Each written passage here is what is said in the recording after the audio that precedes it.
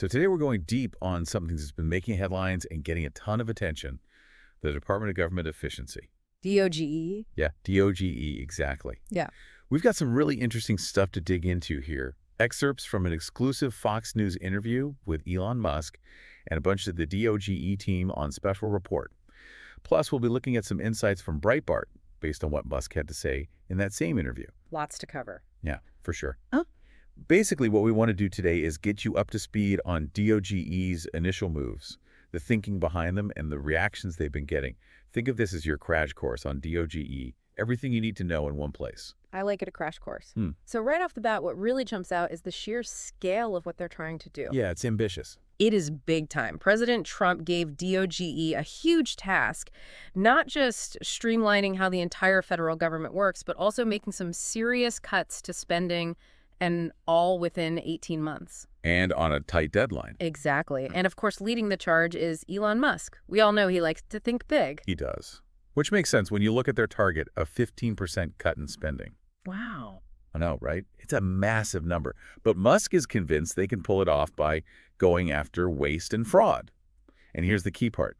He claims they can do all of this without hurting essential government services. Sounds like a pretty bold claim. Yeah, it is. Yeah. He actually called this effort potentially the biggest revolution in government since the original revolution. So That's a statement. it definitely grabs your attention. It does. And you've got to admit, the amount they're claiming to have saved is impressive. How much are we talking? According to DOGE's website, as of March 27th, they're reporting $130 billion in savings. Wow. Yeah, they even broke it down to $807.45 per taxpayer. Per taxpayer. Yeah. I mean, obviously, how they calculated that and if it holds up over time will be debated, but still it shows they're making a big deal about the early impact. Right out of the gate. Exactly. So let's get down to brass tacks. What has DOGE actually been doing? Well, it looks like they've zeroed in on a few key areas. Such as? Well, for one, they've been canceling those DEI initiatives, diversity, equity, and inclusion across a bunch of federal agencies. Okay, DEI, got it. Then there's the federal consulting contracts. They're taking a close look at those. And they're even scrutinizing leases for federal buildings that aren't being fully used. So they're looking for any kind of fat they can trim. Exactly. Plus, they're trying to find and eliminate any overlap between different government agencies and programs. Which makes sense. Right. I mean, the federal government is huge and complicated, so there are bound to be some opportunities to streamline things. I'm sure. And that makes me think about what Steve Davis from the DOGE team said in that special report interview.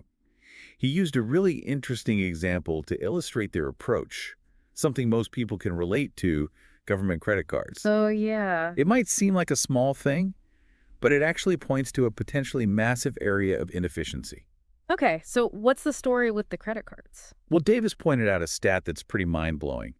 There's something like 4.6 million federal credit cards out there, but only around 2.3 to 2.4 million federal employees. Wait, so that's almost 2 credit cards for every employee? Exactly. It really makes you wonder how well they're managing those resources. 2 cards per person, that's a lot. Yeah, and Musk's take on it was pretty straightforward. He said, clearly there should not be more credit cards than there are people. Which kind of makes you think. Yeah, like common sense isn't so common sometimes. It does make you wonder of the oversight there. Definitely.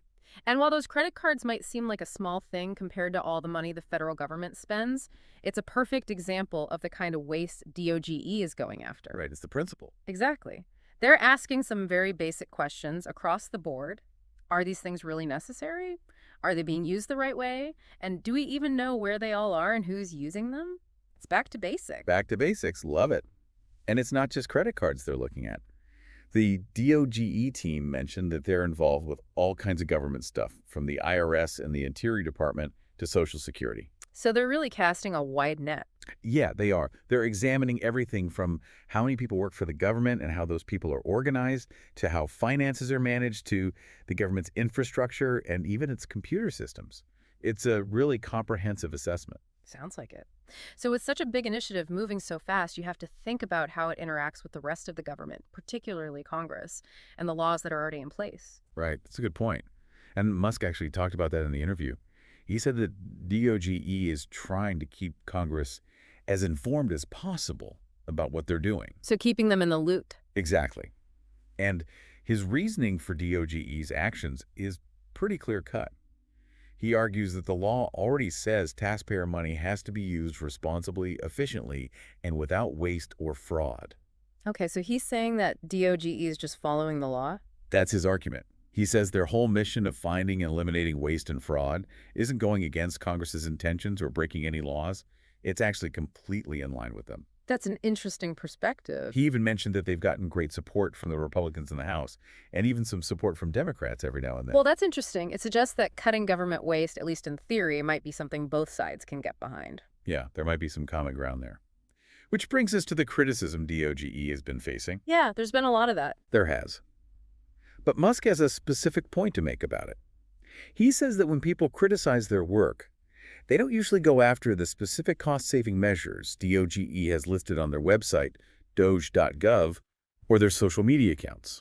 So what kind of criticism are they getting? Well, he claims the criticism is usually more general, questioning whether they have the authority to do what they're doing or if it's even legal.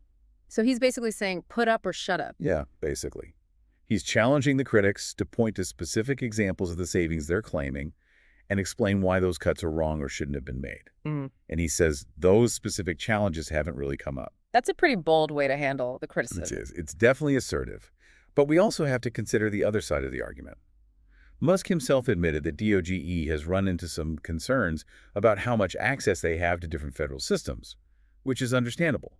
There are legitimate questions about how much power a brand new department should have, especially when it comes to canceling existing contracts and making cuts across different agencies. Right, there are checks and balances in place for a reason. Exactly. The idea of a department, even with the president's backing, having a lot of power to make changes on its own, does raise some important questions about how power is divided in the government. It definitely does, and it makes you wonder how much thought they're putting into all of this. Well, Musk tried to address those concerns about whether their approach is too impulsive or reckless. He said that they measured twice, if not thrice, and cut once, which suggests a more deliberate and methodical way of doing things. That's an important distinction. He's trying to make it clear that they're not just making random cuts without thinking things through. Exactly. And then he added a bit of a human touch to this whole massive undertaking. He admitted that mistakes are bound to happen. Which makes sense. Yeah, he compared it to baseball players not hitting a home run every time. It's a relatable analogy. And he emphasized that the key is to find and fix those mistakes quickly. Damage control. Yeah, exactly. So as we wrap this up, what are the main takeaways here? Well, we've seen the launch of DOGE with a pretty ambitious goal cut federal spending by 15% in a pretty short amount of time, mainly by getting rid of waste and fraud. Right. A big goal and a tight deadline. For sure. And Elon Musk and the DOGE team have highlighted some of their early targets, like those federal credit cards, the DEI initiatives, and underused government buildings. They're also claiming big savings already. And they're facing some pretty strong criticism. Definitely. But Musk argues that their work is in line with the law and what Congress wants. He also says they're being careful and thoughtful about making these cuts and that they'll fix any mistakes quickly. But it's not just about what they're saying, right? Right. It's about what it all means in the long run. Yeah. With such a big goal and such a fast pace, what are the potential consequences, both good and bad? Could this lead to a more efficient, less wasteful government that actually saves taxpayers money? Or could it end up hurting important government services or causing chaos because of all the changes happening so quickly? And how should we, as informed citizens, evaluate DOGE's claims about all the money they're saving, as well as the criticisms being leveled against them? It's a story that's still unfolding with some potentially massive implications. It's going to be interesting to see where this all goes. Absolutely. It'll be one to watch, for sure. For sure. Thanks for joining us on this deep dive into DOGE. We'll continue to keep an eye on this one and bring you more updates as they develop. Always good to be here. All right, until next time. Stay informed. And stay engaged. Absolutely. See you. See you later.